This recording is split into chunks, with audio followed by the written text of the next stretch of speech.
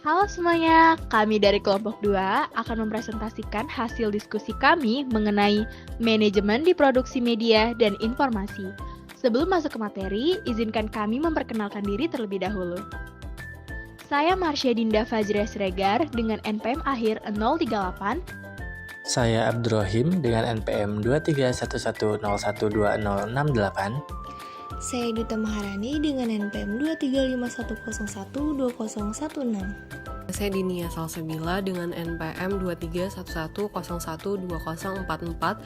Saya Alivia Zara Jaisironi dengan NPM akhir 012. Nama saya Gita Ayu Maharani dengan NPM akhir 024. Saya Abiu dengan NPM 2311012034. Nama saya Risandi Aulia Fikri, NPM 2311012062. Media produksi. Sektor media memiliki 3 bagian, yaitu konten, distribusi, dan perangkat. Konten media bukan sekedar seni dan hiburan. Ini juga merupakan panutan di seluruh dunia, penentu tren dan penentu suasana hati. Konten media memberikan pengaruh pada nilai-nilai kita, sikap kita, politik kita, dan gaya hidup kita. Content production. Manajemen produksi bertujuan agar aliran produksi lancar dan berkesinambungan. Itu harus mengalokasikan sumber daya untuk aktivitas yang berbeda. Kegiatan produksi di perusahaan seringkali dipimpin oleh Chief Operation Officer.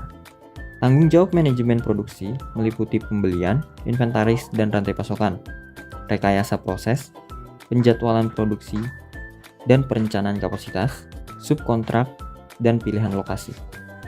Content Industries, sebuah produksi dari apa yang sekarang kita sebut konten media, sudah ada sejak awal umat manusia, ketika individu dan kelompok tampil untuk komunitas atau penguasa mereka.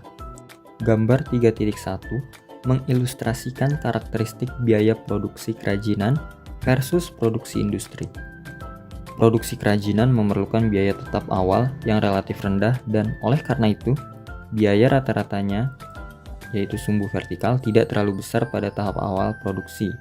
Pada jumlah produksi B1, biaya rata-rata adalah menengah. Namun, peningkatan produksi kerajinan tangan menambah biaya tambahan yang besar, yang berarti bahwa biaya rata-rata tidak turun banyak, dan pada akhirnya bahkan mungkin meningkat. Sebaliknya, produksi industri dimulai dengan biaya rata-rata yang jauh lebih tinggi, karena tingginya biaya tetap awal. Pada tingkat produksi yang rendah, biaya rata-ratanya lebih tinggi dibandingkan produksi kerajinan tangan. Namun, karena biaya marginalnya lebih rendah, biaya rata-rata pada akhirnya lebih rendah dibandingkan produksi kerajinan tangan, atau B2. Argumen konvensional mengenai keberhasilan produksi Hollywood content. Argumen konvensional yang mendukung keberhasilan konten adalah bahwa pasar domestik yang besar harus ada sebelum dapat mengekspor konten ke seluruh dunia. Pasar domestik yang besar membantu produksi konten. Meskipun beberapa aktor menjadi besar di Hollywood, Hollywood tidak besar karena sebagian besar bintangnya dapat digantikan. Perusahaan distribusi besar menangani produk yang dibuat oleh perusahaan produksi afiliasi mereka. Integrasi vertikal menguntungkan bagi konten perusahaan produsen untuk mengendalikan pelepasan produknya dan harganya.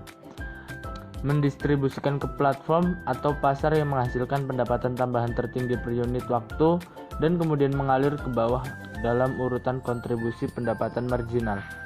Amazon.com berkembang secara vertikal dengan menyediakan layanan penerbitan mandiri bagi calon penulis. Dalam hal keuntungan seperti pemasaran silang, waktu rilis dan sebagainya, perusahaan media dapat mencapai sebagian besar hasil yang sama melalui kontrak. 3 faktor proses produksi yang unggul untuk konten. 1. Struktur organisasi. Biaya produksi konten terus meningkat di teknologi generasi berikutnya. Meskipun biaya perangkat keras menurun, didorong oleh konektivitas broadband dan ultra broadband, memunculkan konten blockbuster yang menonjol dengan fitur multimedia dan interaktivitas. Struktur organisasi memerlukan akses ke dana investasi dan distribusi platform yang luas, merek yang kuat, dan kemampuan untuk membangun komunitas pengguna global. Yang kedua ada pengurangan risiko.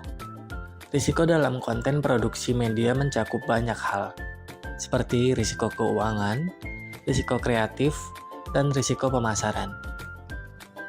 Beberapa cara untuk mengurangi risiko diantaranya, prognosis pasar, memilih proyek berisiko rendah, asuransi, investasi langkah demi langkah, dan diversifikasi. Dan yang terakhir ada pengembangan produk.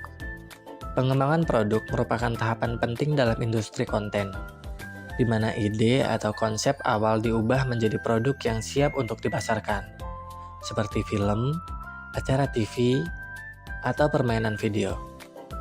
Selanjutnya ada pengendalian anggaran.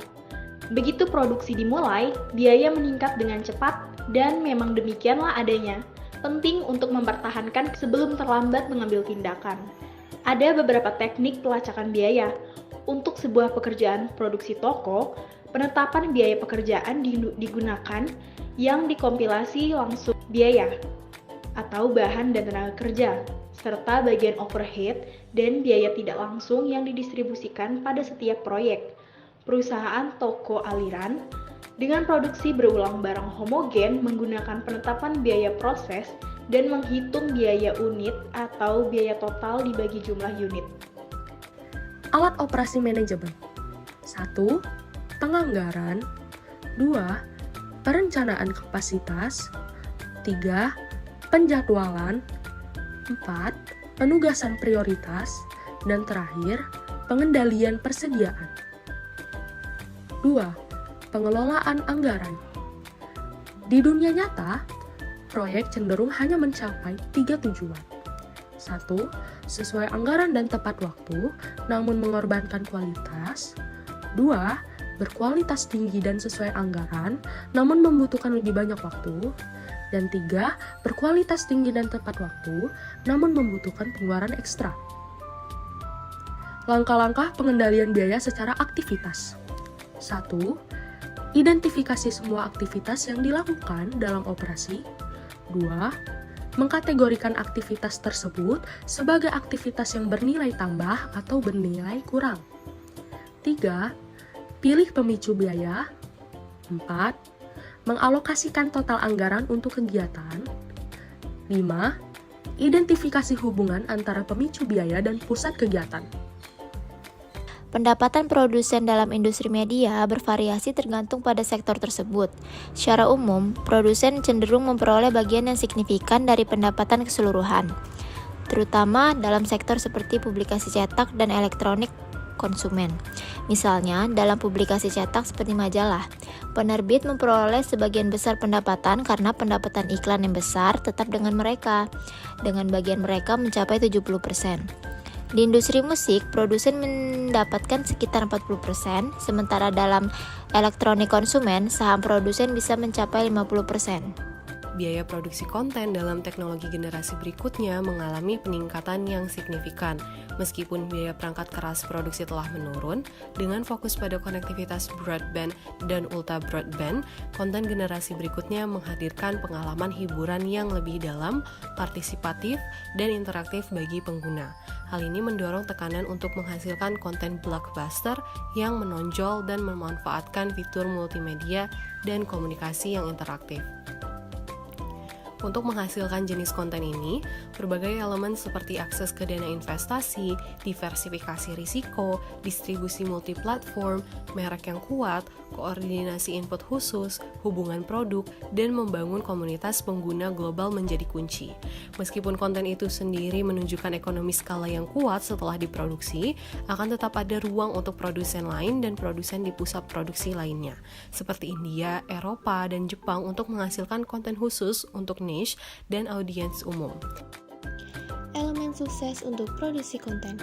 Ada 3 poin yang menjadi dasar atas suksesnya produksi konten. Poin yang pertama yaitu teknik pengurangan risiko yang terdiri dari 1. Sistem pembiayaan risiko, 2. Diverifikasi portofolio, 3. Transformasi proyek diskret menjadi model ariran. Poin yang kedua yaitu pengembangan produk yang terdiri dari 1. Gaya dan ceruk yang berorientasi pada selera populer, 2. Proposal proyek yang kuat, 3. Sistem seleksi dan pengujian yang kuat, 4. Pelacakan anggaran dan biaya. Dan poin yang terakhir yaitu struktur organisasi. Faktor keberhasilan bisnis konten yang paling penting adalah model bisnis yang terus berkembang.